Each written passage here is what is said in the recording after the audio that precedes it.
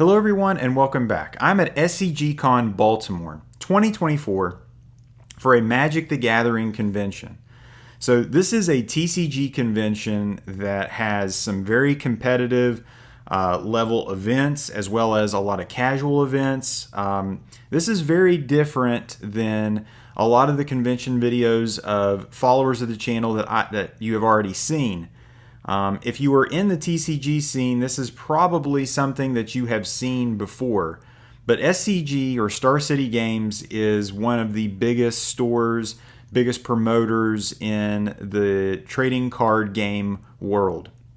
So what you're seeing is some of the vendors. And when you go to these conventions, there are not only the artists, here on this kind of artist row here, but all of these dealers that are buying, selling, and trading cards. And that is a huge aspect of this. Very, very different than a comic book convention where they are trying to buy, they are trying to sell, their books. These dealers are very adamant about buying your cards. Multiple people are going to be buying throughout the day. That you'll see that in this video. And one of the big things that you see here is at the Star City Games booth is where the prize tickets. When you get prize tickets in these events, this is where you come to get your prizes. And usually 10 tickets is worth about $1. And different levels of events have different amounts of tickets you can win. The biggest thing about this event is how well organized it is. So if something is starting at 1 o'clock, it's starting at 1 o'clock. The staff, including the judges, are so professional. These people are so nice. They're almost like Disney staff, Disney employees that, they're over accommodating, making the players very happy, the attendees very just happy with all of the organization and how the judging is taking place. So this is Star City Games booth specifically, and you can actually order cards, have them brought to the event for you. Now, one of the big questions is this worth it? Is it worth it to go to one of these conventions? Is it worth it to drive? And it was 5 hours plus for me to get there. And I stayed 2 nights, 3 days. Is it worth it for somebody like me who's not playing in one of the more competitive events? Yes, for me it is. I like the competitive nature of this. Everybody that's going to this convention, is a seasoned player. They know how to play, and there's something for everybody. Speaking of that, this area here, this is kind of like the command zone, the commander zone, where they have a commander game going at all times, if that's the type of format you want to play.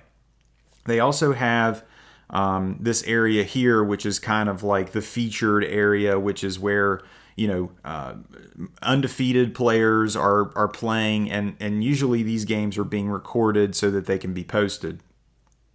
As far as what events that I was playing the sealed pre-release events for the new set in Magic the Gathering Bloomburrow that just came out, and then I was also drafting the set. So the drafts occur spontaneously, meaning that as soon as they have 8 players, the draft will go.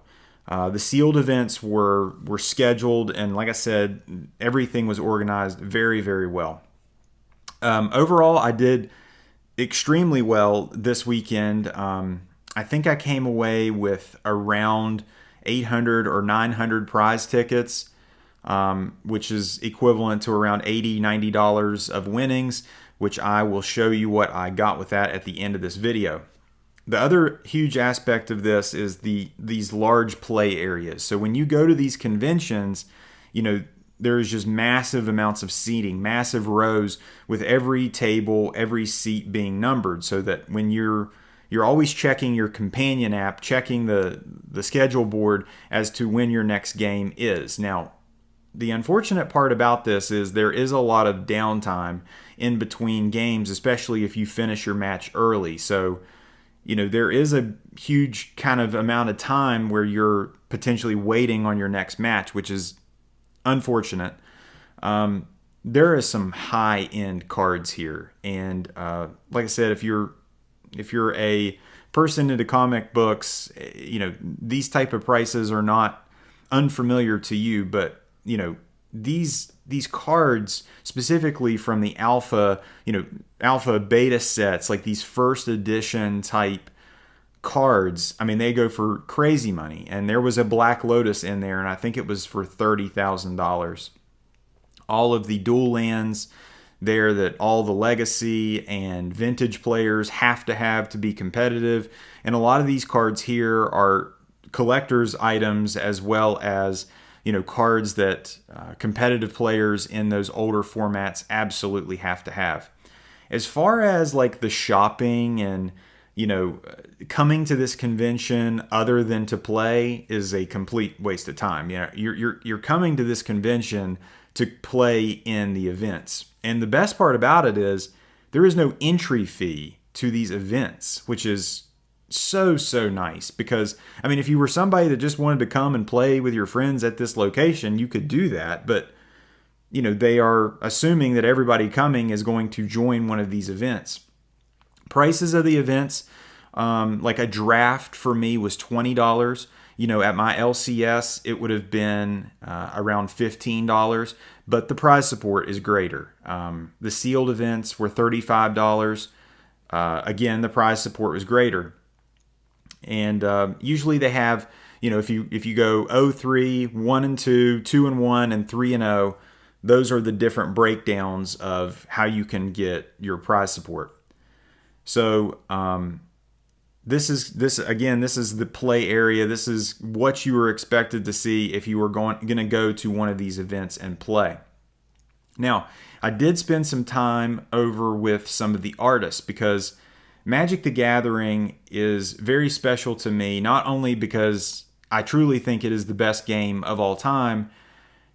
Its art is unmatched. It is very, pagan. It's very kind of evil looking, twisted, demented, and really high fantasy.